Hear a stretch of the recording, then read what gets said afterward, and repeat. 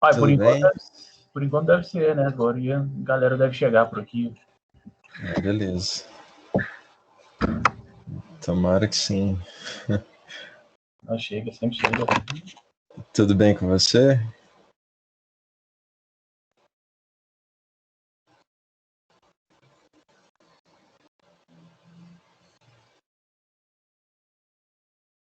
Eu não sei se você está falando, mas ficou mudo para mim.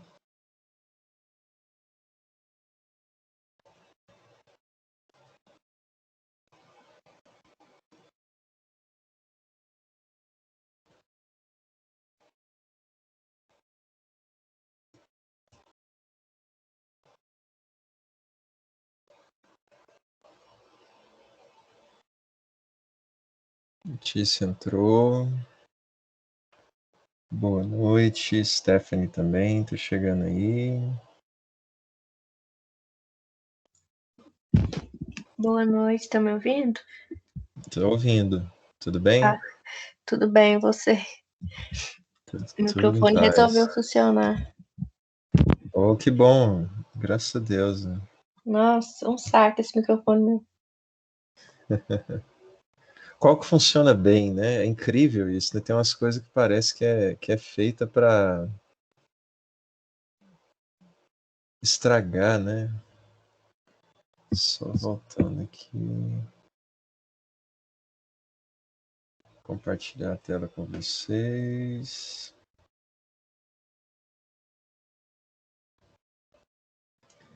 Aí, beleza. Estão vendo minha tela? Letícia, Matheus e Stephanie, né? Eu tô vendo. Mas, beleza. Matheus, ok. Beleza. Emily tá entrando aí também agora. Bom, hoje... Perdão. A gente vai retomar. Boa noite, né? Para quem eu não cumprimentei ainda. Emily, Letícia, Matheus e Stephanie. Boa noite para vocês. Espero que estejam todos bem, na medida do possível, né?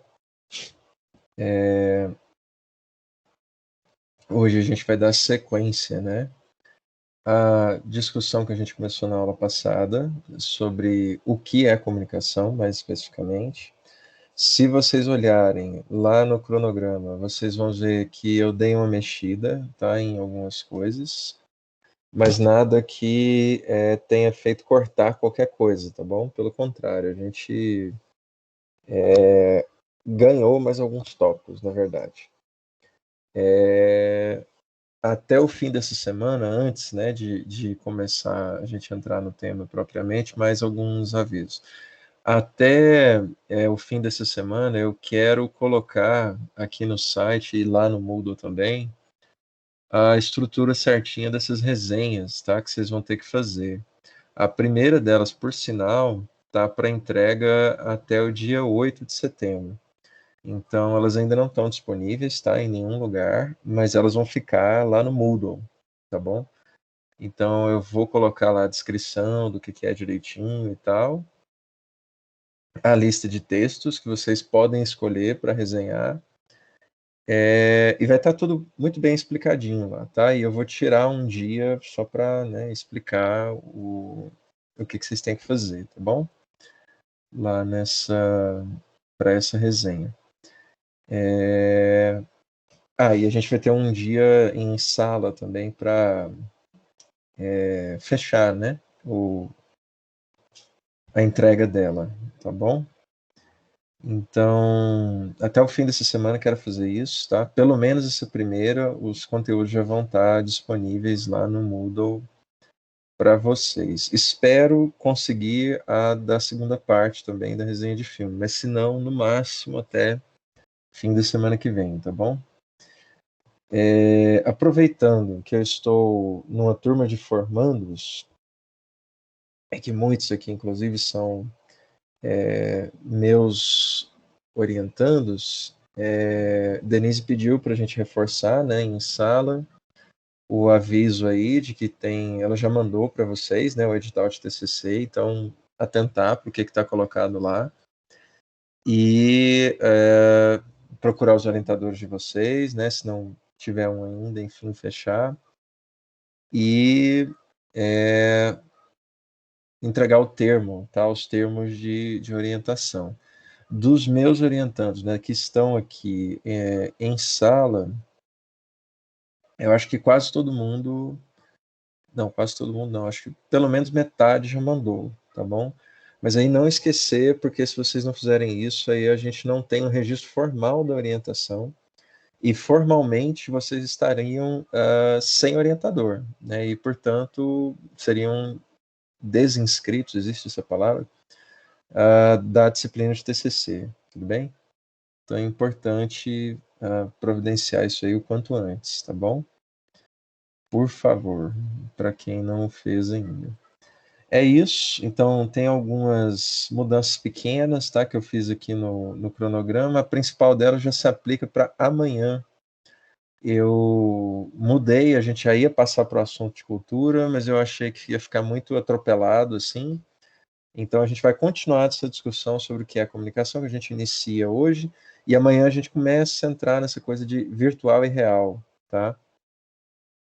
E que é uma coisa que vai desembocar hoje, tá? Na discussão aqui de hoje. Então, vamos tratar disso. E aí, um alerta, tá? Algo muito importante aqui.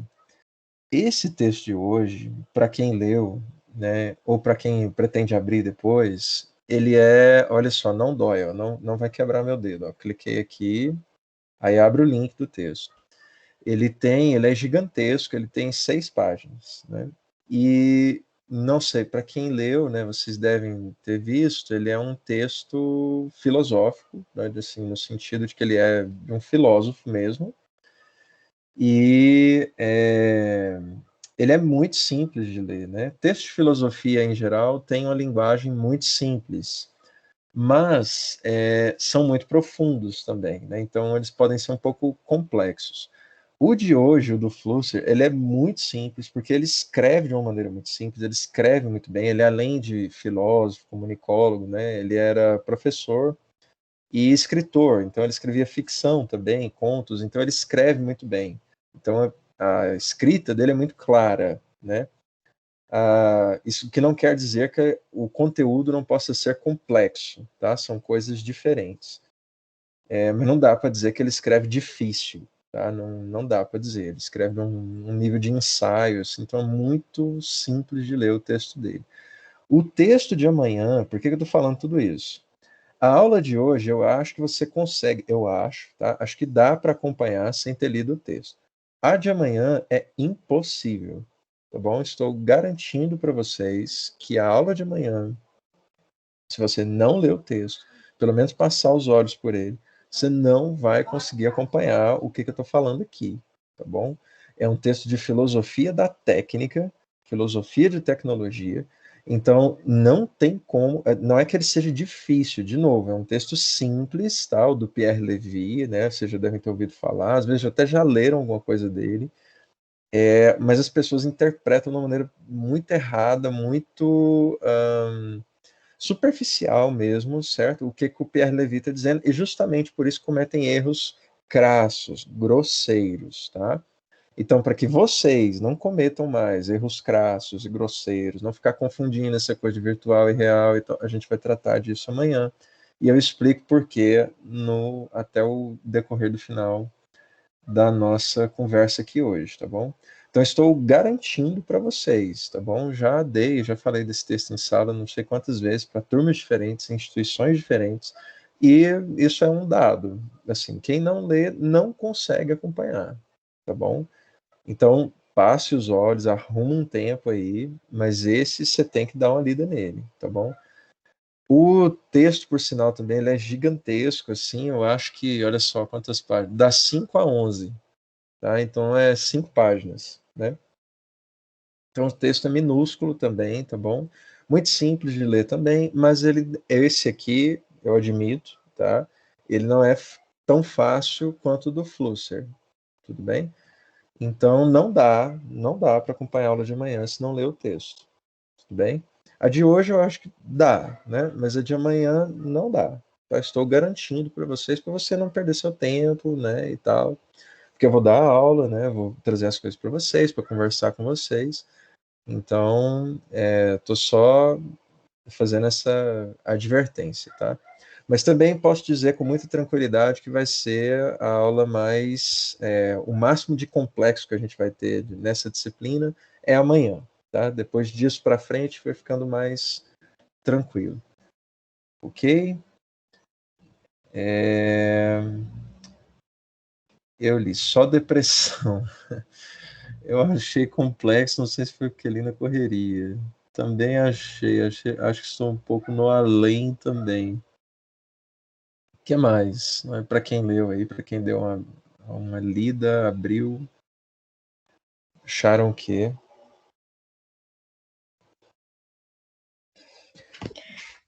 Eu quero dizer que a culpa não é do texto, a culpa é minha mesmo, que tô fazendo tudo corrido, né? E aí, às vezes, não dá pra gente pegar, né, as coisas.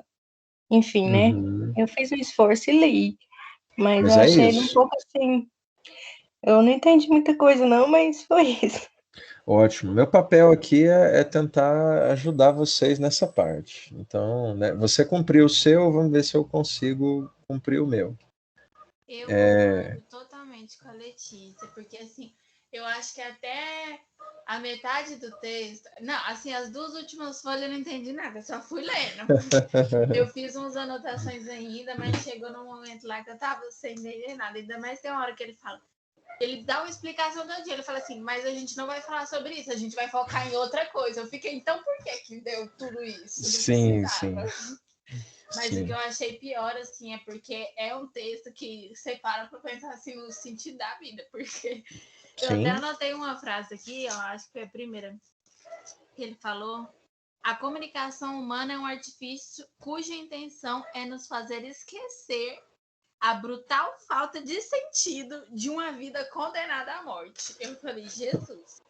Depois ele fala muito sobre isso, né? Assim, sobre, tipo, a gente só se comunica para poder tirar.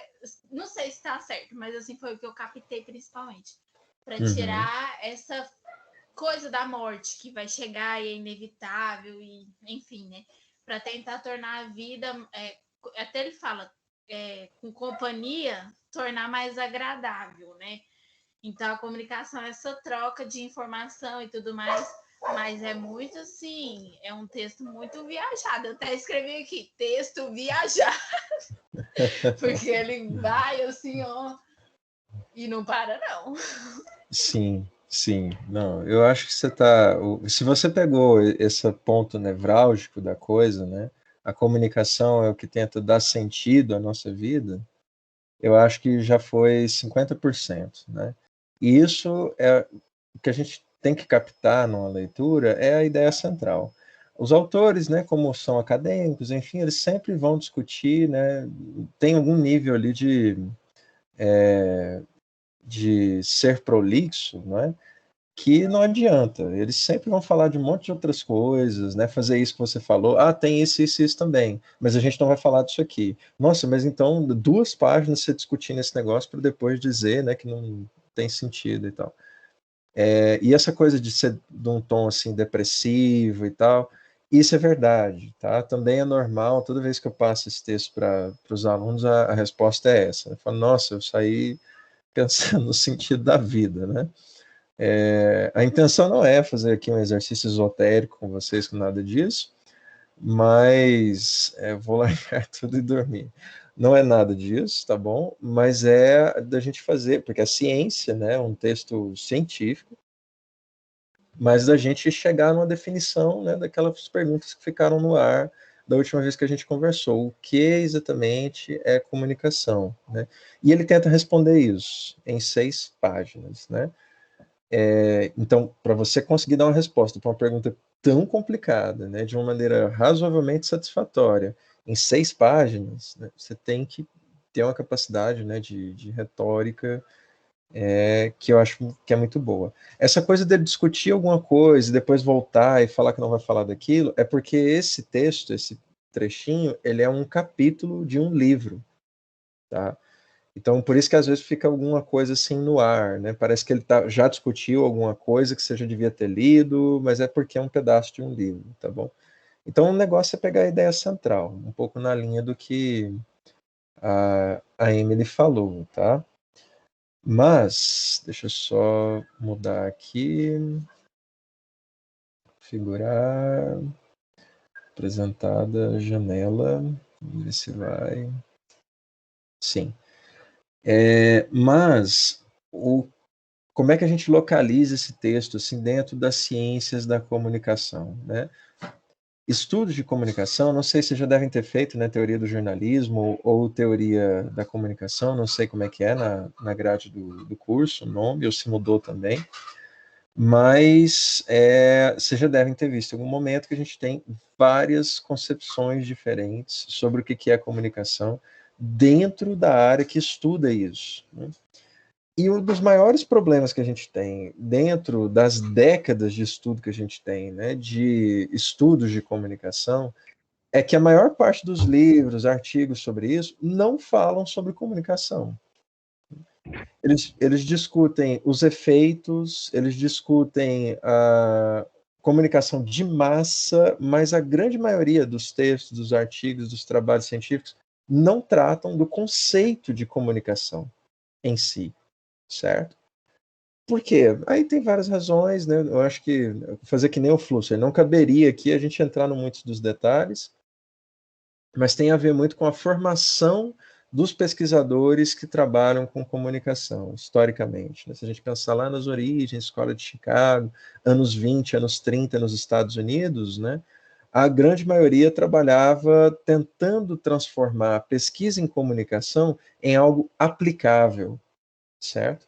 A grande maioria trabalhava com pesquisa de opinião, então era para saber o que você escutava no rádio, o que você escutava na TV, e poder vender isso, vender mesmo, tá? Esses dados, né, como um negócio que a gente tem hoje, né, de inteligência, né, de audiência, para as produtoras, para os jornais, para as pessoas que trabalhavam com publicidade, propaganda, ou para governos também, certo? Que naquele momento, né, anos 20, 30, 40, eram os maiores anunciantes, né, e os maiores usuários, inclusive, para fazer transmissão, né, do rádio, por exemplo. Tudo bem? Então, esse texto do Flusser, né, ele é muito posterior a tudo isso, ele escreve esse texto nos anos 2000, e ele está tentando retomar essa pergunta, que nunca foi respondida completamente, certo? Na verdade, nunca foi respondida, nem ao menos parcialmente, ela ainda é uma dúvida, né? E aí a gente tem um problema em relação às outras áreas, né? Se você vai na física, por exemplo, se você pergunta para um físico o que é física, ele tem uma definição muito clara na cabeça dele. Física é isso, isso, isso e isso. Claro que se for entrar na discussão filosófica do conceito de física, você pode, né, entrar numa discussão que é eterna, mas ele tem uma definição mais ou menos fechada e é mais ou menos unânime. Se você perguntar para ele, para o Einstein, para o Newton, para o Neil deGrasse Tyson, né, que é astrônomo, o que é física, todos eles vão dar uma resposta muito parecida. Se você fizer isso no campo da comunicação, isso não vai acontecer. Você vai ter respostas completamente diferentes. Tem um monte de escolas de comunicação que estudam isso de uma maneira completamente diferente umas das outras e todas elas se odeiam. Todas falam que a outra está tudo errado, que está tudo incorreto, etc. e tal. O Flusser é uma pessoa que não está exatamente dentro de uma escola como essa, até porque ele não vem da comunicação, ele é um filósofo, certo? Mas ele entrou na área de estudos de comunicação e muita gente de comunicação passou a ler ele, né, por conta dessa preocupação dele de tentar chegar numa definição, num conceito. Tudo bem? E aí, o que é que ele vai dizer? Um pouco na linha do que Emily e Letícia estavam falando aqui. E aqui, gente, é importante vocês me interromperem, tá? A qualquer momento, se o texto é viajado, concordo, tá? Um texto de filosofia, então ele vai viajar mesmo. Aqui, como a gente está tratando do texto dele, né? Pode ser que a gente saia um pouquinho da Terra, mas não me deixe ir para Saturno sem você estar junto comigo no foguete, tá bom? Puxa minha perna e fala, opa, não, peraí, você está falando umas coisas que eu não estou entendendo, não, né? Não estou entendendo nada, tá? Então, por gentileza, me interrompam, tá? Se começar a aparecer coisas muito estranhas aqui, Então, um pouco na linha do que a Emily estava dizendo, e a aflição, né, que a Letícia colocou aqui em tela também, primeira coisa que ele vai falar é comunicação, e já respondendo algumas questões, né, que a gente colocou na aula passada, comunicação é um artifício. Comunicação é algo artificial. E o que é artificial? O que é uma coisa artificial? É algo que foi produzida pelo humano, certo? Então, para o Flusser, isso é muito significativo, porque quer dizer que comunicação não é algo natural, não é algo da natureza, não é algo dado, não esteve sempre aí. Quem inventou a comunicação, quem criou a comunicação para o Flusser foram os humanos. Isso responde várias dúvidas que a gente levantou na aula passada e que alguém ainda poderia ter, como ele coloca no texto mesmo. Então, quer dizer que as abelhas, por exemplo, quando elas estão dentro da colmeia, né, e tem toda uma organização ali sobre a que pega o mel, a que vai ficar cuidando da colmeia, a que fica junto com a rainha, a que cuida dos bebês, a que vai para as flores, vai buscar pólen, não sei o quê. Essa organização, ela não tem nada de comunicação. Para o Flusser, a resposta é não. Certo? Não há comunicação entre as abelhas, não há comunicação entre os golfinhos, que são considerados animais inteligentes, não há comunicação entre cachorros, cães, gatos, não há comunicação entre você e o seu cachorro, por exemplo. Certo? Professor, Diga aí.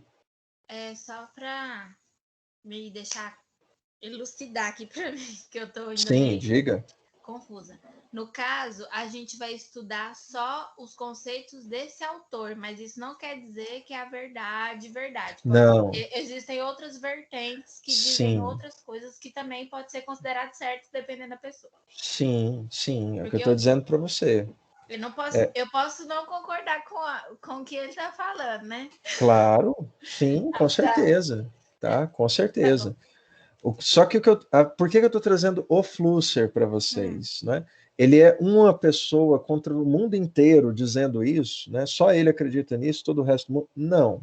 A concepção de comunicação do Flusser, ela poderia ser considerada hoje, tá? Hoje, com os estudos que a gente tem hoje, se a gente fizer uma análise do estado da arte, né? Dos artigos, dos livros publicados mais recentes, hoje a concepção do Flusser, ela encaixa com a maior parte dos autores de comunicação, certo? Por caminhos diferentes, não é? Às vezes mudam um detalhe, às vezes eles discordam nisso ou naquilo, mas essa ideia geral de que a comunicação é uma construção humana, certo? De que comunicação é passagem de mensagem que tem sentido, que tem significado, que envolve símbolo, isso é mais ou menos geral, certo? Então, por isso que eu estou trazendo ele para vocês, né? Até porque seria muita sacanagem eu pegar um cara, não é? Que é o único alecrim dourado que pensa desse jeito, e todo o resto do mundo fala, não, mas peraí, né? O que esse cara está falando não tem nada a ver. Então, ao contrário, tá? A concepção dele é muito próxima da maioria dos autores que a gente tem hoje tentando discutir esse assunto. Tá Tudo bom. bem? É só Mas, continuar achando que meu cachorro conversa comigo. Isso aí mas vai acabar com ótimo. a minha vida se eu discordar disso. Mas ótimo, não, ótimo você colocar isso. Porque, segundo o Flusser, tá? Porque, pensando aqui, seguindo a linha de raciocínio dele, por que ele, para Flusser, a gente pode dizer que seu cachorro ele não se comunica com você ou vice-versa? Porque para o Flusser, além da comunicação ser uma criação humana, ela tem essa dimensão existencial, ela tem algo a ver com a segunda natureza, já vamos explicar o que é isso, mas principalmente ela é baseada em símbolos, certo? Em significados, em signo. E quando você conversa com seu cachorro, por exemplo, você levanta o chinelo para ele, né, e fala, vamos supor, ele fez xixi no lugar errado. Você levanta o chinelo para ele e ele sai, coloca o rabo embaixo das pernas e sai correndo. Ah, então ele entendeu o que eu quis dizer. Não. O que o Flusser e várias outras pessoas, essa inclusive é uma discussão muito antiga na filosofia, tá? Antes de falar da comunicação. O que os filósofos vão dizer, o Aristóteles mesmo, né, vai colocar como discussão é que o que os animais entendem são índices. São coisas. O que é um índice? O índice é uma coisa que indica alguma coisa, certo?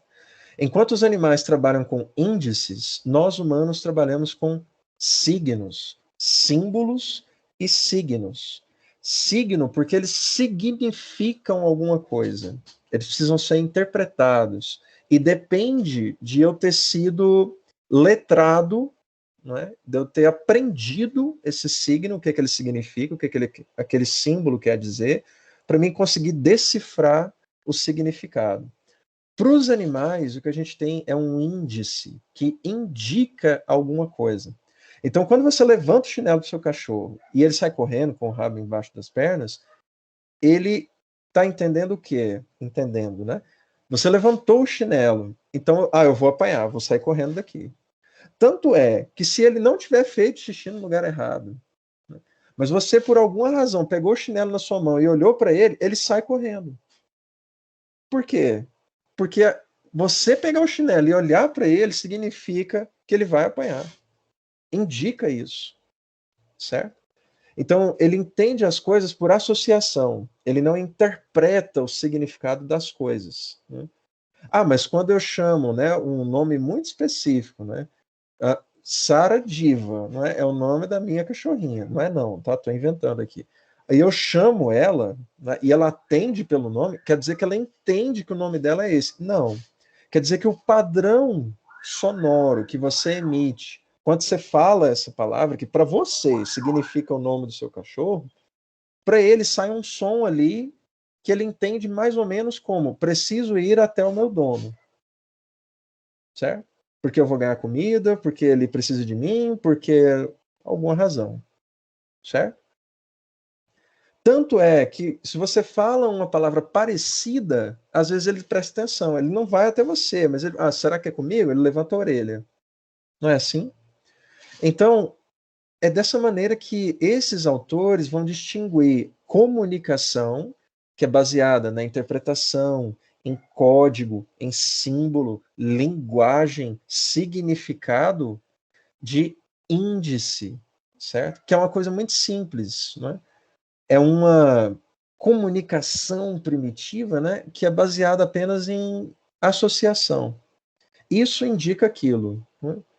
Por isso que é fácil você treinar um cachorro, né? Porque você, toda vez que você fizer xixi no lugar certo, você vai ganhar um biscoitinho, né? Toda vez que ele fizer xixi no lugar certo, e você faz isso 200.000 vezes, né? Toda vez que ele fizer xixi no lugar certo, ele vai até você esperando o biscoito, mesmo que o biscoito não tenha mais, sei lá, o biscoito acabou. Mas ele vai lá esperando. Porque é aí que termina. Ele não sabe entender, ele não consegue entender que o saco do biscoito está vazio, né? Ou que você não está ali, ou que é o seu irmão, a sua irmã que está ali, e ele não dá o biscoito, é só você. Então, por conta dessa limitação, né, é que aqui a gente pode dizer que há uma interação, né, tem troca de coisas que indicam, de índices, e entre humanos a gente tem uma coisa diferente, que é comunicação, né, que é trânsito de signo, de significado, de mensagens que têm sentido. E essa parte do sentido é o que vai entrar nessa coisa, dessa discussão existencial que ele faz ali, de que a comunicação objetiva superar a solidão. Parece muito filosófico, viajado, quando ele fala um negócio desse, mas pensem assim: o cachorro, ele tem consciência de vida ou morte? O seu cachorro? Pensem, né? Digam aí para mim, o que vocês acham? Ele sabe que ele vai morrer? Tanto não tem que o coitadinho tá vendo o carro vindo, mas fica parado no meio da rua, gente. Exatamente, exatamente. Os animais não têm consciência da própria morte, da própria finitude, certo? Eles veem um outro cachorro morto, por exemplo, tanto é, a Letícia deu um exemplo excelente, que é a coisa do atropelamento, não é? Vocês já devem ter visto várias imagens pela internet de tocar o coração, é de chorar mesmo, né? De um cachorro atropelado e um outro do lado dele protegendo o cachorro atropelado, que já está morto, mas ele está do lado dele protegendo o cachorro, não é? Por quê? Porque ele não sabe que o cachorro morreu, que não tem mais um espírito ali, enfim, aí a gente vai dar outros sentidos, né? Veja, de novo, significado, sentido, que é a gente que diz isso. Ele não entende, ele tem um espírito, aqui tem uma coisa, né? A não ser que seja uma coisa muito Disney, né? Rei Leão, né? O espírito da natureza. Não, não existe isso, né? Existe pra gente, né? Que fez o filme dizendo que tem um espírito, que tem religião, que tem não sei o que, etc. Mas da cabeça do animal, ele não tem consciência da própria finitude. Ele não sabe que vai morrer. Um passarinho não sai do ovo sabendo que ele tem 10 anos de vida. O que está inscrito no código genético dele, certo? O que eu tenho que fazer? Eu, passarinho, que acabei de sair do ninho, eu tenho que comer, porque, né, ele age por instinto, com base nos sentidos. Né? Eu tenho que comer porque eu tenho fome, eu tenho que comer. Né? Os animais são muito preparados para sobreviver. Né? Mas viver, e é nesse sentido que o Flusser fala aqui, tem a ver com um sentido para a própria vida. E tudo que a gente faz durante a vida é justamente porque a gente sabe que vai morrer. Por que você quer ter dinheiro, por exemplo? Não é? Você quer gastar o dinheiro com as coisas que você quer fazer, viagem, carro, seja lá o que for, não sei, né? Cada um tem aí o que quer fazer com o próprio dinheiro. Mas por que todo mundo quer tanto ganhar na Mega Sena? Né? Você quer fazer o que com isso? Uma resposta muito simples que talvez a gente pudesse colocar na boca de quase todo mundo é: eu quero viver. E viver é fazer o quê? É fazer um monte de coisas antes de morrer. Porque a gente sabe que vai morrer. A gente sabe que a nossa vida é finita. E a gente só faz tudo o que faz porque a gente sabe que vai morrer. Certo? Para o Flusser, né, e aí a comunicação que entra aí, justamente por a gente saber que vai morrer, a gente tem que dar um sentido para as coisas que a gente está fazendo. Não basta só você comer alguma coisa porque você quer comer. Não é? Não, se eu fosse um animal, não é? Tem chocolate, vou comer chocolate, né? Gostoso, né? Me dá energia, então eu tô comendo chocolate aqui, tô comendo, né? Por quê? Porque eu quero comer chocolate.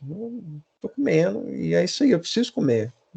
Se eu fosse um animal, eu não comeria chocolate até morrer. Por quê? Porque está inscrito no meu código genético a questão da sobrevivência. O que regula a vida de um animal é a gestão da própria energia. Então, se está faltando energia, eu como. Se eu tenho energia em excesso, eu gasto energia com alguma coisa. Né? Ou então eu deixo de comer. Vejam o urso que hiberna, por exemplo. Ele come bastante, né? Para depois, quando ele fazer a hibernação, ele ter uma energia para poder gastar. Né? Mas ele não come tanto que ele comeria antes de hibernar o tempo todo. É por isso que se você vai fazer um safari na África, por exemplo, você não vai encontrar um leão gordo. Certo? Por quê? Porque o sistema dele não faz sentido para o leão, né, ter uma energia em excesso que vai atrapalhar ele a caçar, por exemplo, ou acasalar. Não é? Então, os instintos animais são muito regulados para a sobrevivência, enquanto os nossos são para outras coisas, que têm sentido para a gente. Algo que dá sentido à nossa existência é algo que a gente chama de felicidade, né? Por exemplo. Eu quero ser feliz. Né? Certo, mas às vezes o chocolate, né, que você não está precisando, ele vai te fazer feliz. Então você come ele. Compreende? Por quê? Porque aquilo vai me deixar feliz, vai me trazer uma sensação de saciedade. Mas como saciedade, você já está cheio, você comeu três pratos no almoço, né? Tomou 3 copos de refrigerante e ainda quer comer um chocolate? Não, eu quero. Por quê? Porque eu gosto do chocolate. Porque ele me deixa feliz, me lembra lá da minha infância, quando eu comia esse negócio junto com meu avô, né? Esse doce aqui particular que a minha avó fazia. Então, para a gente as coisas têm sentido, elas têm significado. E é por elas terem sentido e significado é que a gente faz. Certo? Isso é muito diferente da vida do animal, que faz as coisas por instinto, guiado pela própria sobrevivência. Certo? É isso, essa coisa do sentido, não é, que o Flusser chama de segunda natureza. É como se, ao ver as coisas, não é, na natureza, na primeira natureza, na natureza normal, vamos dizer assim, não é? Se soltar você numa... Se você pegar um fazendeiro, não é? E botar ele do Mato Grosso ali, que é plantador de soja, tudo bem? E botar ele em frente a uma área limite com a Amazônia, ele olha para aquele tanto de árvore e vê o que nelas? Madeira, não é? Território desperdiçado, que ele poderia usar para fazer a plantação, não é? Ou um território que ele poderia abrir para criar gado. Não é? É isso que ele vê naquele lugar ali. Se você levar um ecochato, né, um militante, né, do Partido Verde, por exemplo, e dizer, olha para aquela floresta ali, o que é que você vê nela? Eu vejo o futuro da humanidade, eu vejo a possibilidade da gente um dia superar a crise climática, eu vejo a Amazônia, que é o pulmão do mundo, e não sei o quê. Agora, se você pegar um macaco que está lá na árvore, lá da Amazônia, né, e a gente pudesse entrar no cérebro dele e perguntar para ele, o quanto você olha para essa árvore, o que você vê? Uma árvore. Certo? Tudo bem. Porque ele não dá sentido para as coisas, ele não interpreta, ele não coloca significados nas coisas. Até porque ele não produz nada delas. Tudo bem? A gente, como ser humano, a gente cobre o mundo inteiro, né? Toda a natureza com significado. Esse ato de cobrir as coisas com sentido, com significado, é o que o Flusser chama de segunda natureza. A comunicação cria essa camada, esse óculos, esse véu com o qual a gente vê o mundo. E a gente olha para ele e só consegue ver os significados. A demonstração mais prática disso é essa daqui, ó. O que é isso aqui? Vocês conseguem ver? O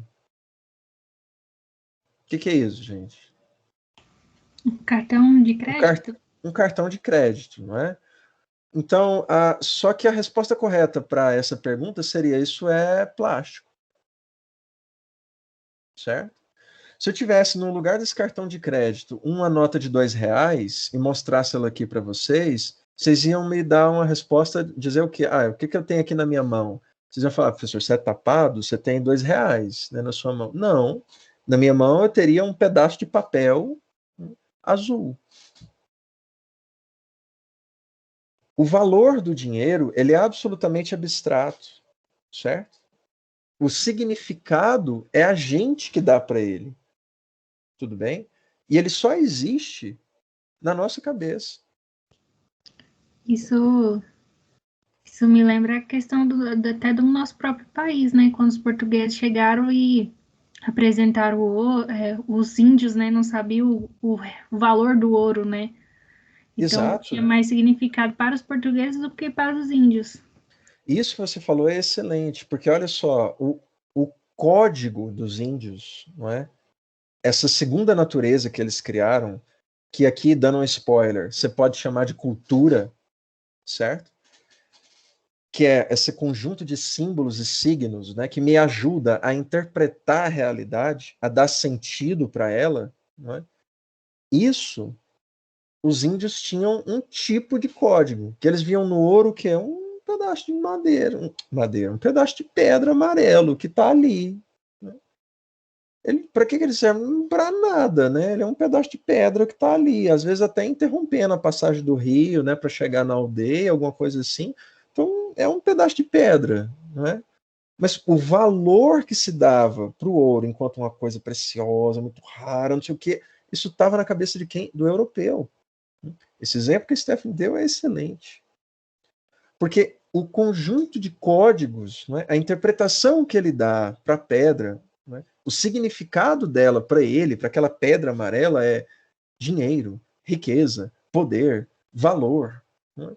Enquanto que para o índio é um obstáculo no caminho dele. Certo? Então, se parece, né, esses exemplos, né, que vocês estão me ajudando com eles aqui, eu acho que são ótimos para a gente tentar conseguir ilustrar isso melhor. Né? Tudo faz sentido agora. Vocês não estão sendo irônicos, não, né? Tá dando para acompanhar? Sim, tá tudo bem? Não tô sendo irônica, eu tô, tipo, Tá. amando isso, sério. Tá. Porque eu falei assim, gente, qual que foi a minha dificuldade de entender esse texto? Porque tava na cara, né? Não, de maneira alguma. Eu acho que quando a gente tem um primeiro contato, é estranho, não é? É muito estranho. Você fala, nossa, eu me comunico para não me sentir sozinho? Como assim? O que isso tem a ver, né? Mas vamos chegar lá, tá? Sim, pode falar. Essa é a mesma ideia que também a gente pode perceber com a representação das coisas, né? Tipo assim, ao olhar qualquer objeto, seja uma cadeira, um computador, a gente tem um conceito já que foi comumente aceito, né, que aquilo é um computador. E aí, na verdade, não. Ele não é o computador em si, é a ideia do computador. E nunca vai ter a coisa em si, a gente sempre vai criar, porque a gente entregou um significado para aquilo ali. Né? Exatamente. Foi uma convenção, né, que fez com que aquilo chamasse computador e a gente vai olhar, pensasse no computador. Exato, exato. Né? É nesse nível. Quer dizer, à medida que a gente vai dando significados para as coisas, tem algo que ajuda a reforçar esse significado, que é ter um nome, não é? E esse nome, ele é convencionado, igual você disse, não é? Quando eu olho para isso daqui, né, e Mateus digitou ali, cartão. O que é isso aqui? Cartão. Por que eu e ele sabemos que isso aqui é um cartão? Porque a gente deu um nome para esse objeto que se convencionou chamar cartão. Né? Esse esforço, esse significado que é compartilhado, certo? Entre eu e o Mateus é comunicação. Porque eu estou compartilhando com ele, né, algo que eu aprendi e que ele aprendeu também, e que a gente, quando interage, a gente concorda que isso aqui tem o mesmo significado para mim e para ele. O que é isso? Cartão, certo? Porque tem um nome que me ajuda a identificar. A linguagem, nesse sentido, né, o que o Flusser chama no texto de código, tá? Código ou linguagem é a mesma coisa. O código ou a linguagem é o que ajuda, é o instrumento, é a ponte para que a gente consiga estabelecer comunicação nesse sentido, certo? E que permite a gente criar essas convenções, como você bem colocou. Né? Os nomes que a gente dá para as coisas são fruto de linguagem. Né? Ainda no exemplo que a Stephanie colocou aqui, os indígenas chamavam o ouro de uma outra coisa. Né? O europeu chama aquilo de ouro. Né? E esse nome ouro já carrega sentido em si mesmo. Né? Quando você fala ouro, né, ele carrega com si uma série de valores, né, e juízos específicos que você vai associar de maneira positiva ou negativa aquilo. Né? Quando alguém fala, olha, fulano é um menino de ouro, né? Claramente você está tentando dizer que ele é uma pessoa legal, né? Em algum sentido. Justamente por isso. Porque a palavra em si carrega significado. Né? Mas como a gente tem milênios aí de história, né? De desenvolvimento, de linguagem, de significado, de interpretação, a gente não fica parando para pensar, não, peraí, menino de ouro, então agora eu vou decodificar o que é aquele que. Não, é muito rápido, não é? Porque você aprendeu durante a sua vida inteira o significado de cada palavra.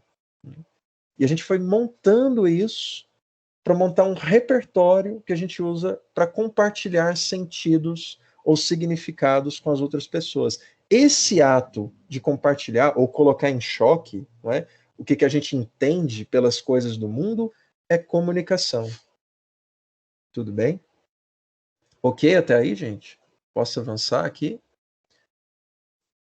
Professor, você vai ler. É porque eu achei que você não ia ler. Não, fala, pode falar, é até melhor. Não, é que você estava falando isso, eu lembrei até uma coisa que o autor fala, né? Que em algum momento da nossa trajetória, enquanto a gente é criança e vai aprendendo, né? A falar e tudo mais, os outros códigos, né? Que ele até cita lá, né? Que às vezes a gente balança a cabeça e a pessoa entende que a gente está concordando, né? E aí ele fala sobre essa questão de que durante esse processo se torna algo tão cotidiano que passa a ser natural, né? Que mesmo sendo algo artificial, ele se torna natural por conta da convivência utilizando esses códigos. Exato, natural no sentido de que é cotidiano, né? Mas ele não existia, o sentido de balançar a cabeça, e você entender o que eu estou dizendo, sim, ele não estava dado, né? Se a gente voltar lá nos Homens das Cavernas, né? E a primeira vez que alguém balançou a cabeça, assim, na história da humanidade, certo? Se a gente pudesse filmar esse momento, né? O primeiro ser humano ali, primitivo, né, que balançou a cabeça, ele queria dizer sim? Não, né? Então só estava, sei lá, balançando a cabeça, podia significar outra coisa. Mas com o passar do tempo, isso que você falou, isso foi se solidificando, né, e convencionou-se a aceitar-se que quando eu faço isso, eu estou fazendo uma afirmação, né? É um positivo, tudo bem, ok, concordo, certo? Então, isso que você falou faz todo sentido e a gente vai tratar disso aqui um pouquinho para frente. Então, para o Flusser, a comunicação ela tem duas dimensões, tá?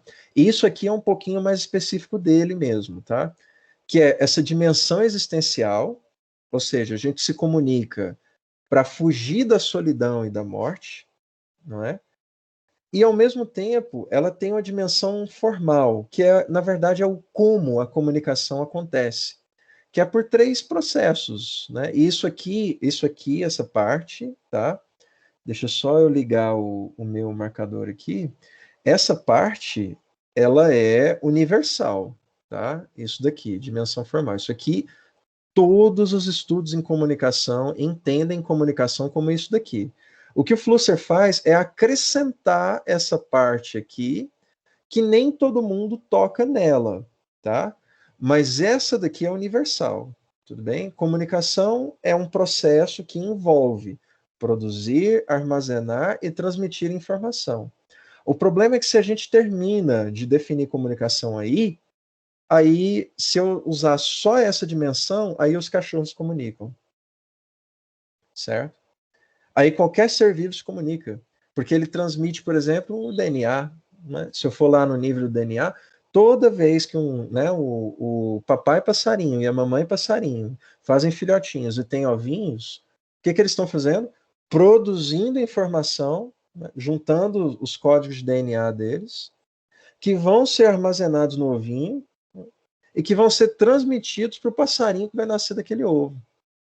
Então, o próprio ciclo biológico, por exemplo, seria a comunicação, nesse sentido, certo? Se eu definir comunicação só como isso daqui. Mas o Flusser acrescenta uma coisa. Comunicação é produzir, armazenar e transmitir informação dotada de sentido, de significado, certo? Porque é isso que vai permitir a gente enxergar essa segunda dimensão, a dimensão existencial. A gente se comunica porque a gente sabe que vai morrer e porque a gente precisa superar a solidão, certo?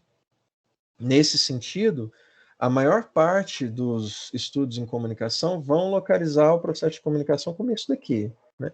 É a passagem de uma mensagem de um emissor para um receptor, né? E aí tem algo no meio, veja um termo, meio, tá? Que faz a passagem do emissor para o receptor. O que é isso no meio, que está no meio? É o meio, é a mídia, né? Mídia é aquilo que conduz mensagem do emissor para o receptor.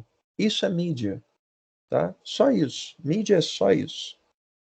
É o que está no meio, entre o emissor e um receptor. Tudo bem?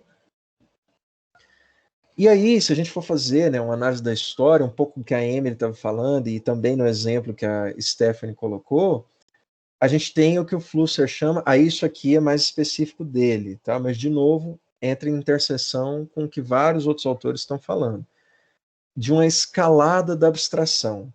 À medida que foi passando, esse nome complicado quer dizer o quê? À medida que foi passando o tempo, a nossa comunicação foi ficando cada vez mais abstrata. Em que sentido? Antes, a gente tinha uma comunicação que era produzida apenas com os sentidos do corpo. Se a gente pensar naquele o Homem da Caverna mesmo, o Roots, sabe? O Homem da Caverna raiz, aquele Buga Buga, né? Com o Takapi lá, que morava na caverna, né? Que batia na cabeça do outro quando discordava com alguma coisa. Esse aí, não é? Que mandava tanque passar na planada, deixa pra lá. Mas, certo? Esse Buga Buga, ele se comunicava usando apenas os sentidos do corpo. Porque ele não tinha uma linguagem desenvolvida, certo? Não tinha. Ele tem uma... O que ele tinha de linguagem, não é, para conversar com outra pessoa? Vamos imaginar aqui, tá, que a gente, né, tô aqui no meio, eu sou um homem da caverna, né, e por acaso encontrei uma fêmea, não é, que também é da mesma espécie que eu, não é, um hominídeo lá primitivo. A gente ficou junto, acasalou, estamos numa caverna, tem os nossos filhinhos, e de repente chega um outro cara que é muito parecido comigo, não é?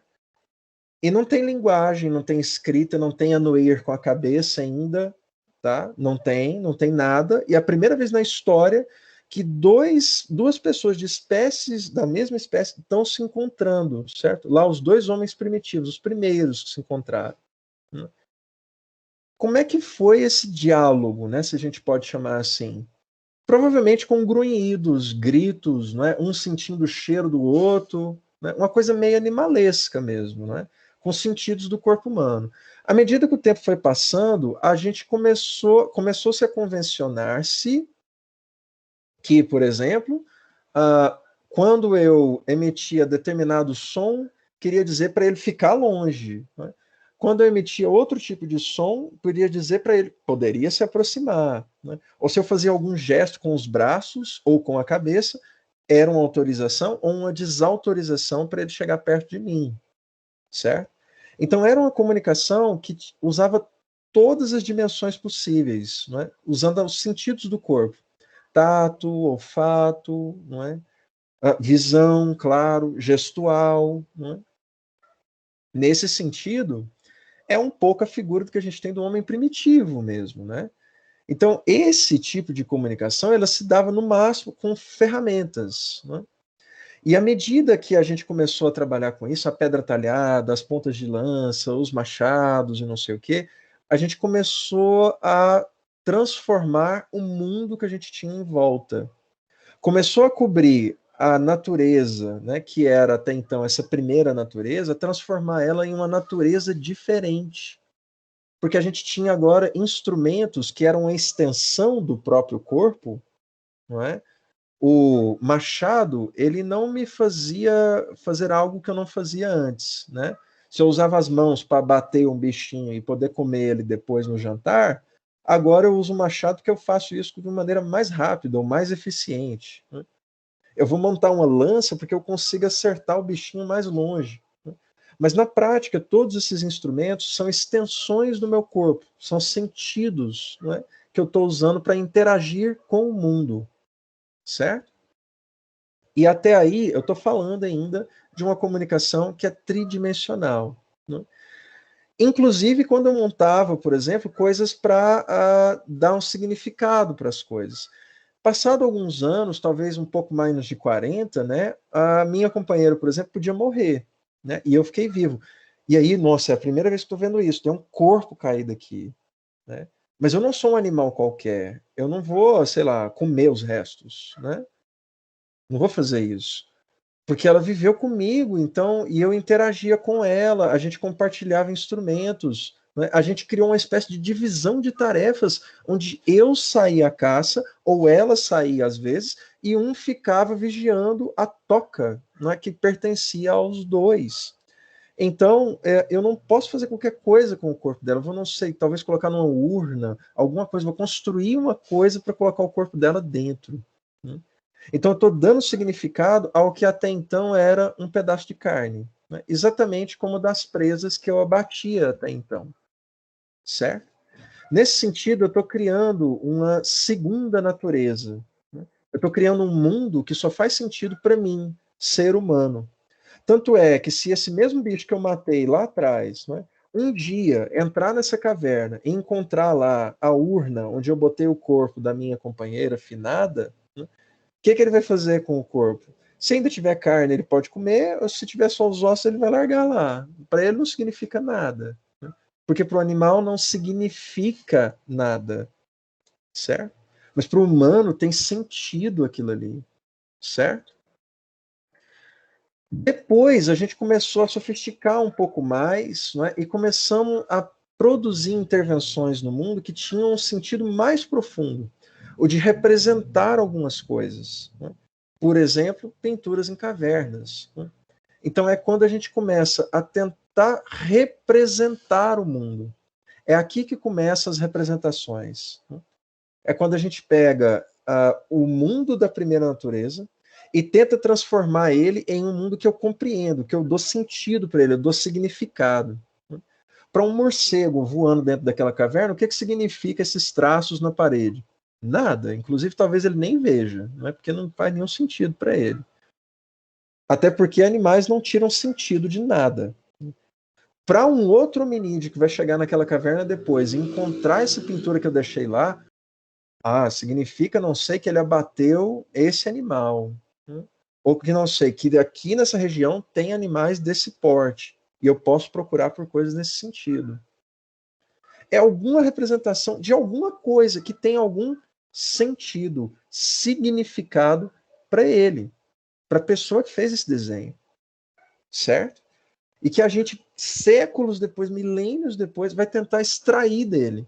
Esse exercício de produzir, extrair significado, a gente vai falar mais dele na aula que vem. Mas a gente continuou fazendo isso, inclusive nos materiais que a gente fabricava. Então, veja, eu já não estou dependendo mais da natureza para produzir tanto assim, né? Para produzir sentido. Antes, eu dependia absolutamente dela, não é? Para pegar uma pedra, por exemplo, e mexer nela um pouquinho e transformar em uma coisa para mim que agora já não é mais um pedaço de pedra, é uma ferramenta, certo? Depois eu pegava um barro, fazia um vaso. Agora, depois eu pego uma tinta, pinto na parede. Mas eu dependo de ter a parede, de ter a tinta, etc. Agora eu fabriquei um utensílio para mim, né? Ou seja, peguei algo da natureza e transformei em algo da segunda natureza, que é a única que eu compreendo, né? Eu produzo sentido nela.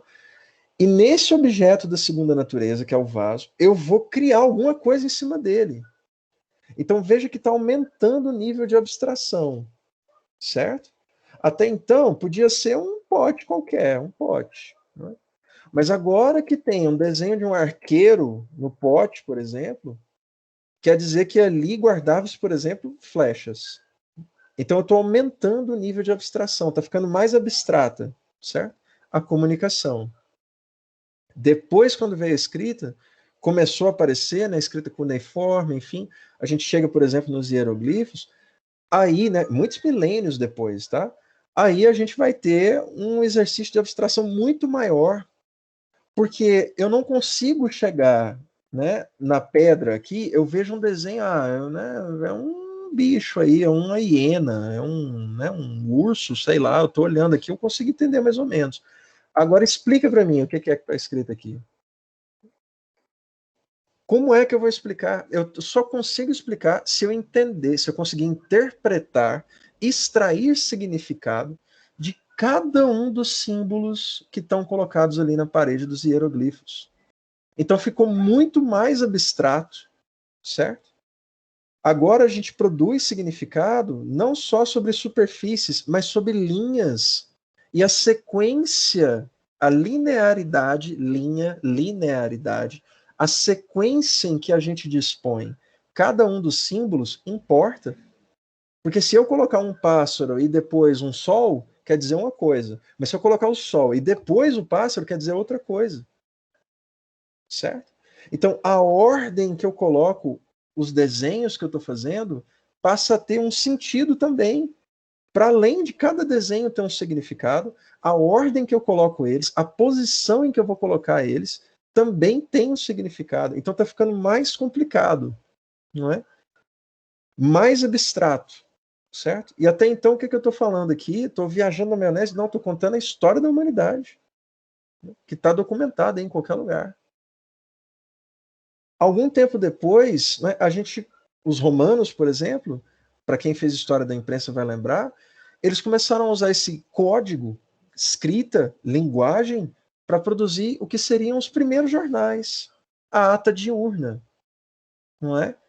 Os testemunhos lá sobre a vida dos nobres, não é? Dos ofícios, do governo, o que é que estava sendo decidido, escreviam em tábuas de pedra, pregavam em praças públicas. Não era todo mundo que sabia interpretar, tirar significado disso, porque não dominava o quê? O código, a língua, a linguagem, não é? E aí dependia de alguém para ler isso, por exemplo. Tá? Só voltando aqui. Então, à medida que a gente foi passando o tempo, a gente foi encontrando outros suportes, né, para armazenar, produzir, armazenar e transmitir informação.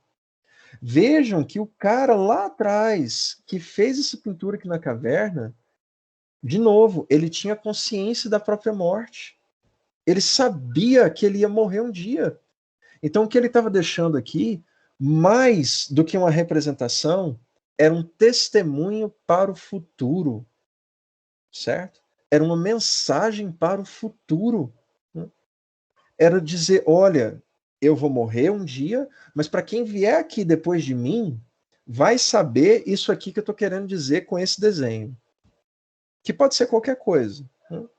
Não sei, que tinha esse animal aqui, que eu abati esse animal, né? Ou que ele matou algum parente meu, ou que é perigoso porque tem esse tipo de animal aqui.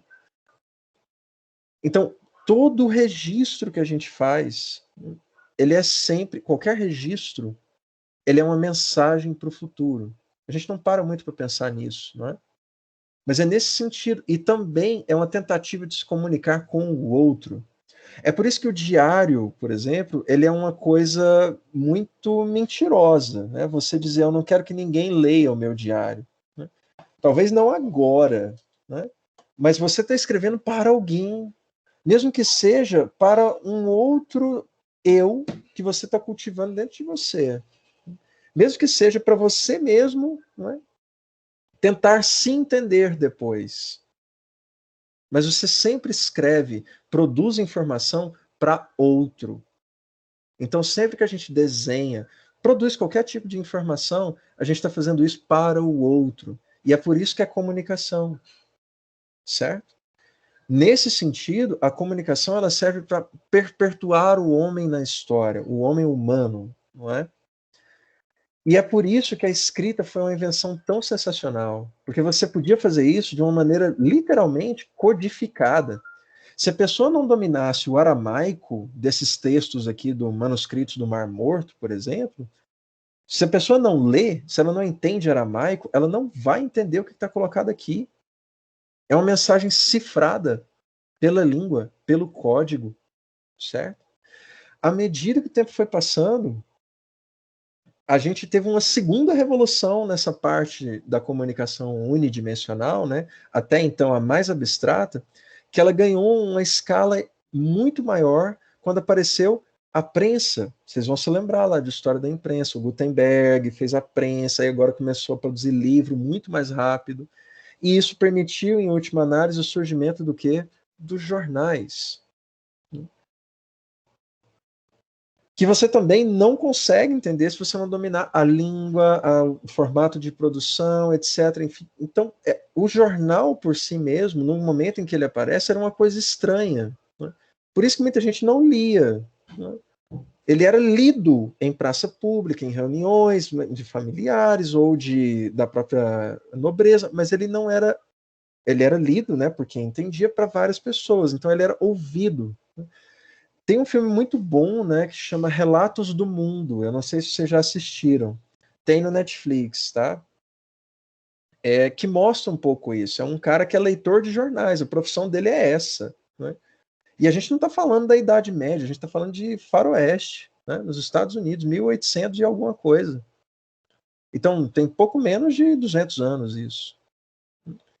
Então, muito recentemente... Certo? A profissão dele era essa, ler jornais. Ele ia de cidade em cidade e ele era pago para ler jornais, porque as pessoas não sabiam ler. Né? Ele sabia.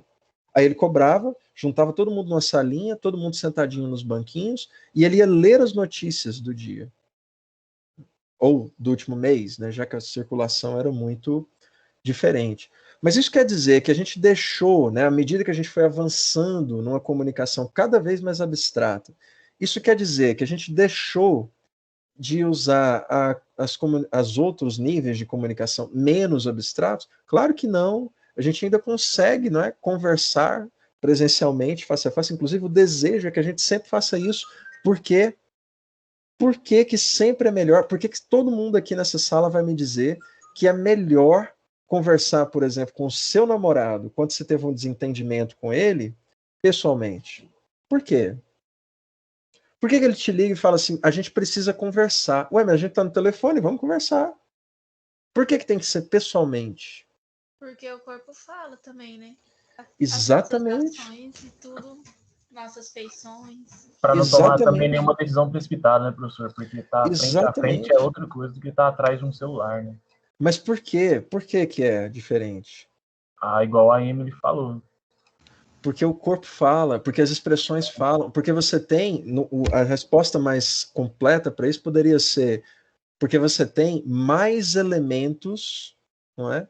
A pessoa diz mais coisas, às vezes sem querer, quando ela está na sua frente, do que se ela estiver usando o telefone, escrevendo para você ou mandando uma carta. Certo? Diz, inclusive, coisas que ela não diria, ou que ela não sabe que está dizendo quando ela está presencialmente com você. Porque essa comunicação, ela parece para a gente mais completa. Mas não é isso. Ela é menos abstrata. Compreendem agora?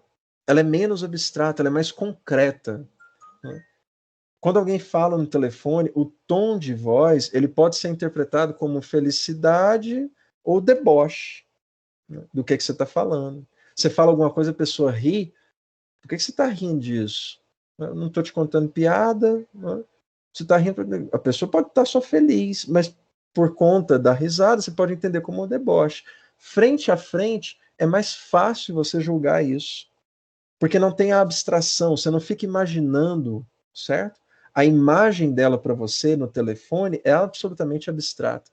A cara que a pessoa está fazendo, a boca, a expressão corporal. Né? Tudo isso é abstrato para você, você tem que abstrair, imaginar, certo? Quando você está frente a frente, você não tem que imaginar nada, porque você está vendo a pessoa, você está ouvindo ela, você está sentindo o cheiro, inclusive. Né? E esse perfume, onde você foi? Né? Onde você vai? Né? Certo? Então, essa comunicação ela é mais direta. Não é que ela é melhor, ela é menos abstrata, ela é mais concreta, direta. Mas por conta disso, ela é menos real? Essa é uma discussão que a gente vai deixar para depois, tá? Para a próxima aula. Mas a gente continua fazendo isso. Então, tem ainda comunicação tridimensional, tem ainda, a gente continua fazendo por muito tempo comunicação bidimensional. Tem gente que diz que a gente vive na era das imagens. Mais ou menos. É um tipo específico de imagem. Né? Eu vou dizer aqui qual é. Que são as imagens técnicas. Né? À medida que a gente foi trabalhando com a escrita, a gente criou um tipo específico de código de poucos anos para cá. E poucos anos eu estou falando poucos mesmo, tá? De, sei lá, 70, 80 anos para cá, né, muito recentemente, em termos de história da humanidade, a gente criou um tipo de código, de linguagem, que serve para a gente se comunicar com objetos. Certo? São os códigos de programação.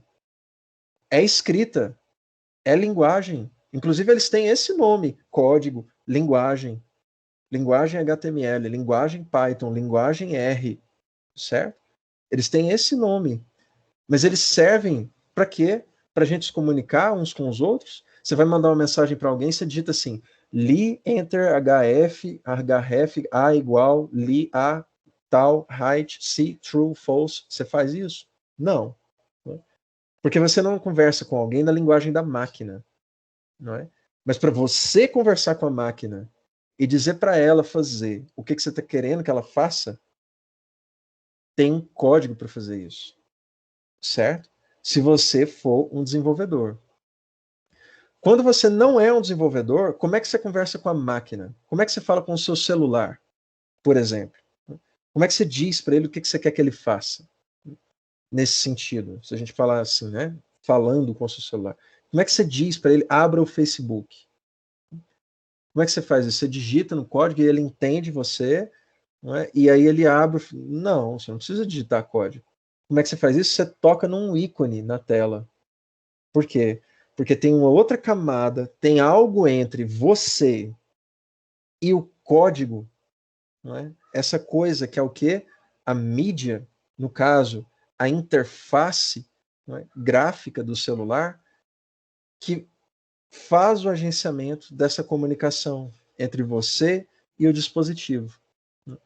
E ele transforma essas letras que eu não entendo, que eu não domino, assim como eu não leio o hieroglifo do Egito, eu não leio esse código, né?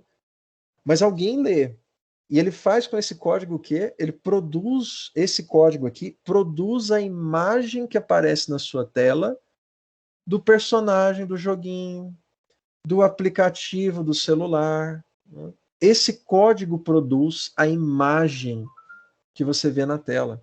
E é com essa imagem técnica que você interage. Certo? Indiretamente, você está interagindo com o código do celular, do Facebook, dos programas que você está utilizando. Né? Indiretamente. Mas tem algo ali no meio que está fazendo essa mediação para você. Está fazendo essa tradução do código para alguma coisa que você entende, que são as imagens que estão no seu celular. Quem está fazendo essa tradução? A interface. Certo? Tudo bem? Até aí, ok, gente? Estou encerrando já. O que é uma virada de olhos não diz. Por hoje, né? Estou terminando aqui. Então, a ideia, né? Aí o Flusser, isso aqui, não se preocupe muito com isso, tá? Só para contextualizar. O Flusser coloca, né, essa dimensão de comunicação, essa nulo dimensional, ela é tão abstrata, né? Porque, veja, você não está nem lidando mais com o suporte. É muito diferente de eu pegar esse pedaço de papel aqui, escrever um monte de coisa nele e eu tenho o domínio do suporte, papel, certo? Eu consigo, inclusive, alterar o código. Se eu quiser, eu risco aqui, ó, essa linha, e aí ela vai desaparecer, não vai aparecer mais. Mas você consegue alterar o código do Facebook que você está usando no seu celular? Não. Porque você não interage mais com o suporte, certo? Você interage com a representação dele, que é a imagem do Facebook na tela do seu celular. Professor, mas isso é muito doido. A gente é muito doido. A gente, humanidade. A gente foi ficando cada vez mais abstrato em nível de comunicação. É por isso que ele chama isso de escalada da abstração. A gente passou de um nível de comunicação que é muito concreta, muito direta, muito simples, para um nível de comunicação que é absolutamente abstrato, totalmente abstrato. Né? De imaginário, imagem, depende de imagem, certo? De imaginar que ele vai fazer aquilo que você está pedindo que ele faça. É por isso que o Flusser diz que antes, né, de acontecer a revolução dos computadores e tudo mais, a gente tinha uma valorização dos objetos, né? Então a gente tinha uma sociedade, né, que valorizava muito a questão do material, do ter coisas, né? Então hoje, antigamente era muito importante você ter uma TV, ter uma casa, ter um sofá, ter... Tudo isso continua sendo importante? Sim. Mas se você ganha na Mega hoje, né, qual é a sua prioridade? Vocês vão dizer, podem até digitar aí, né, o que você ganhou na Mega, qual a primeira coisa que você vai, né, o que você garante que você vai fazer com o dinheiro, certo? Diga para mim, rápido aqui, vamos lá. Ganhou na Mega agora. O que eu vou fazer com dinheiro? 60 milhões. Não precisa ser a primeira coisa, mas o que você imagina fazer com o dinheiro? 60 milhões, como é que você vai gastar isso? Colocar no banco. Como é que eu vou gastar? Como é que você vai gastar o dinheiro? Certo? Você vai comprar o quê? O que você vai fazer com ele? Móveis, com certeza móveis. Móveis, né? Você vai comprar essa parte de coisas, objetos e tal, mas só isso? Você vai comprar coisas, o que mais? 60 milhões é muito dinheiro, né? Meu Deus. Tem que pensar, né? É muita coisa para gastar, né? Mas você vai comprar coisas, né? Aí depois você já tiver comprado tudo, comprou TV, carro, lanche, iate, não é? Cruzeiro, você comprou até, não sei, uma mansão, comprou tudo que você queria comprar. Agora você vai fazer o quê? Investir, guardar no banco, dinheiro girar. Investir, fazer o dinheiro guardar. Não, veja, eu tô falando de comprar coisas. Mas e se não sobrar mais dinheiro? Não, eu vou me comprar tudo. Não. Você comprou tudo que você queria, mas ainda tem dinheiro, tem muito dinheiro. certo? Você ganhou 400 milhões. Você vai fazer o quê com isso? Pagando as contas pro resto da vida. Não, porque você comprou à vista. Gente, você comprou à vista as coisas. Metade vem todo mês, professor. Tudo bem, tá. Professor, mas você não concorda que quanto mais você tem, você vai gastar ainda mais? Tudo bem. Você será maior? Exatamente. Falou tudo bem, mas a minha pergunta aqui é com o que você vai gastar? Vocês estão falando comprar coisas. Aí depois que você já comprou tudo que você queria, você vai fazer o que com o dinheiro? Você vai gastar ele com o quê? Para além de comprar coisas. Pagar o que mais? Condomínio de uma casa. Você vai pagar contas. Contas. Exatamente. Sim. Você vai pagar a conta e comprar coisas. É só isso que você faz se você ganhar na Mega. Né? E dar mimos para os outros. Mimos. Fazer o quê? Dar mimos para dar coisas para os outros. Ajudar as pessoas, certo? E o que mais? Está faltando uma coisa fundamental, que eu tenho certeza que todo mundo responde, mas vocês estão esquecendo aqui. Viajar. Porque a menina falou que todo mundo falou no chat. Eu não vi, desculpa. Aqui, ó. Foi mal, né? É isso, né? Viajar. Antigamente, anos 50, anos 40 e tudo mais, as pessoas não tinham muito essa necessidade de viajar. Porque o que é uma viagem? Uma viagem é um consumo de quê? O que é que você está consumindo quando você viaja? Outras culturas. Você está... Informação, cultura. Felicidade.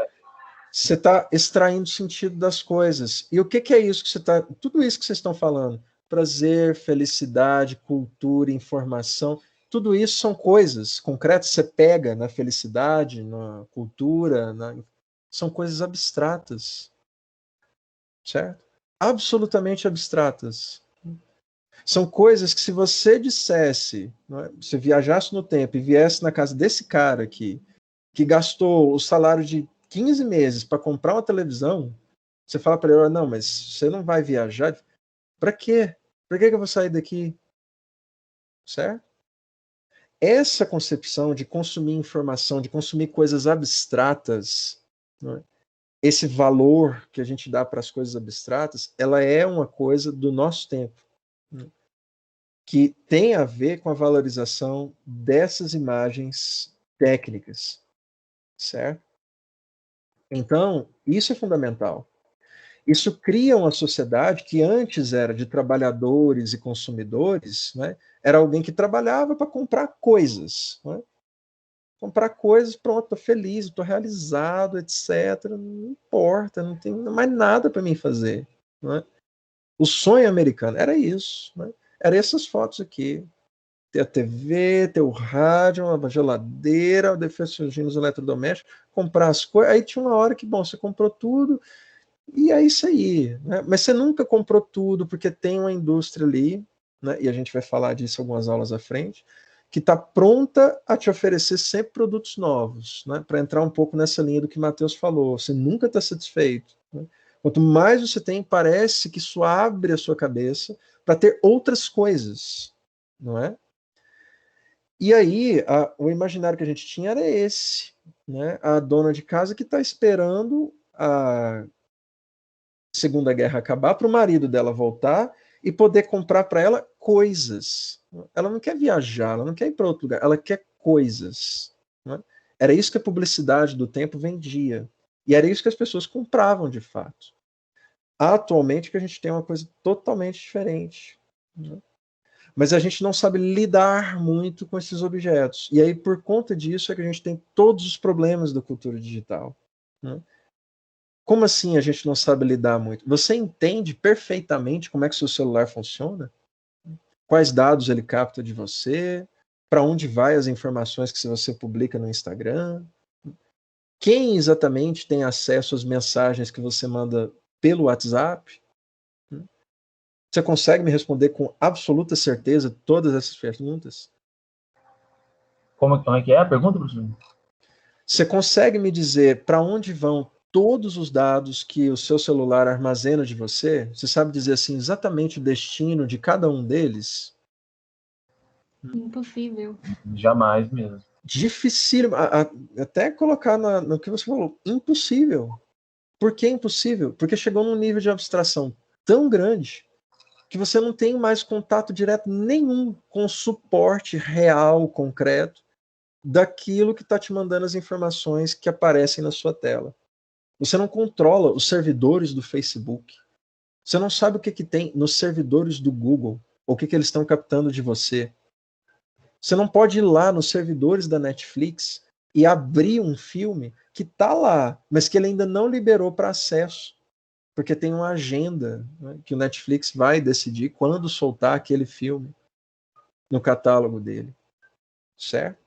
Isso cria uma sociedade para o Flusser de programadores, que são gente que entende para onde vão os dados, que tem acesso a essas coisas, e um mar de gente, uma massa de pessoas que não entende, que ele diz que são jogadores. Por quê? Porque eles estão brincando com aquilo ali.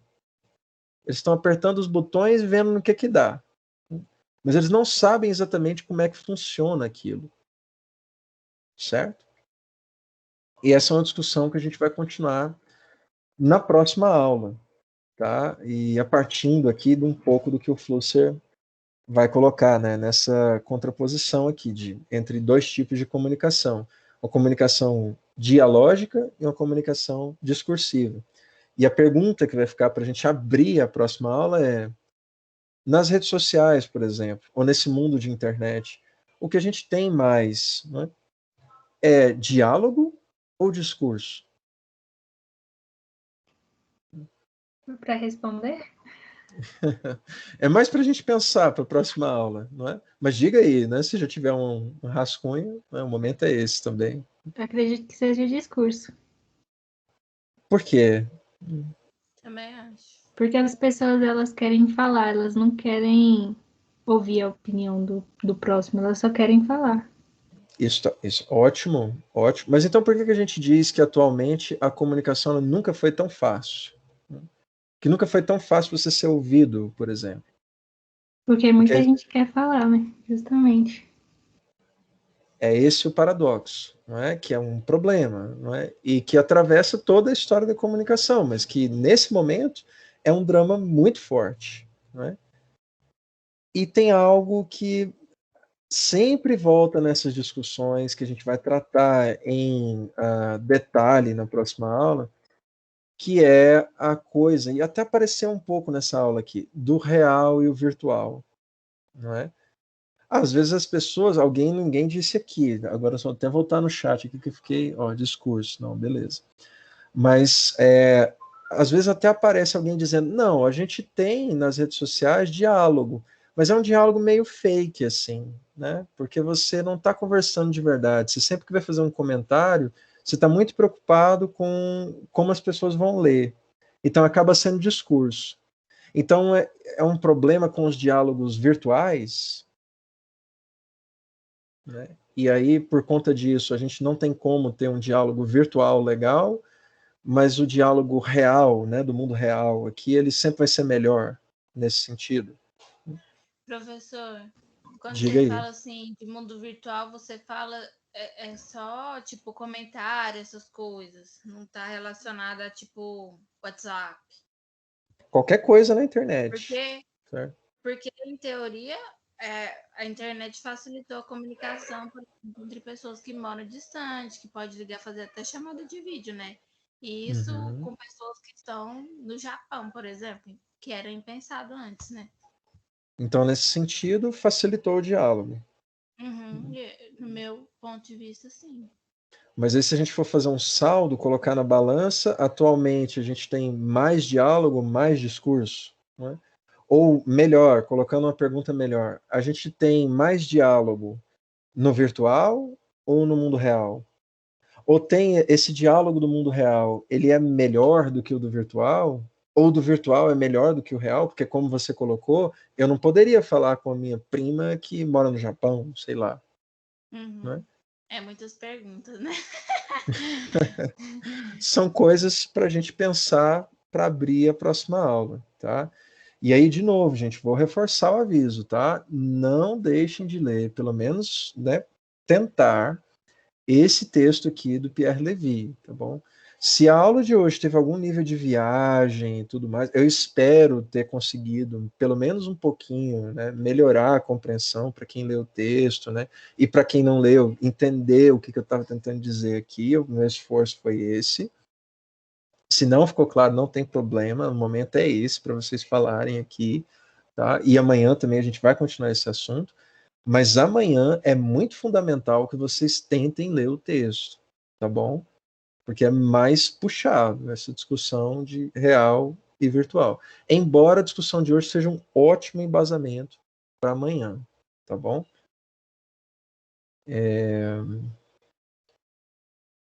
E muitos problemáticos, sim, né? Mas era isso. Questões, problemas. Nem. Tô aqui só pensando. Boa noite a todos. Tô vazando.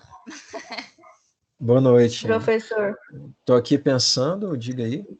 Não, essa questão do discurso e do diálogo aí, tô pensando, assim, muitas coisas que eu deixo de fazer, por exemplo, ou comentar algum post lá que eu achei uma merda, desculpa.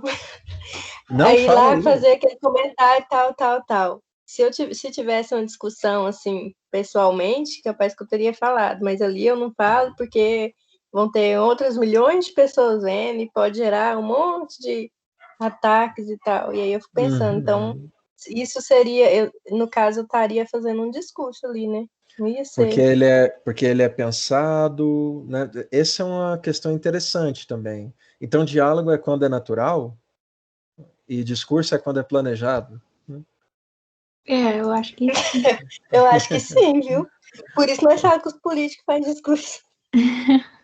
Certo, mas quando você vai conversar com seu namorado e vocês estão numa crise, você não pensa no que dizer? Você só fala? Por isso que vem do discursão. Então, Discutindo.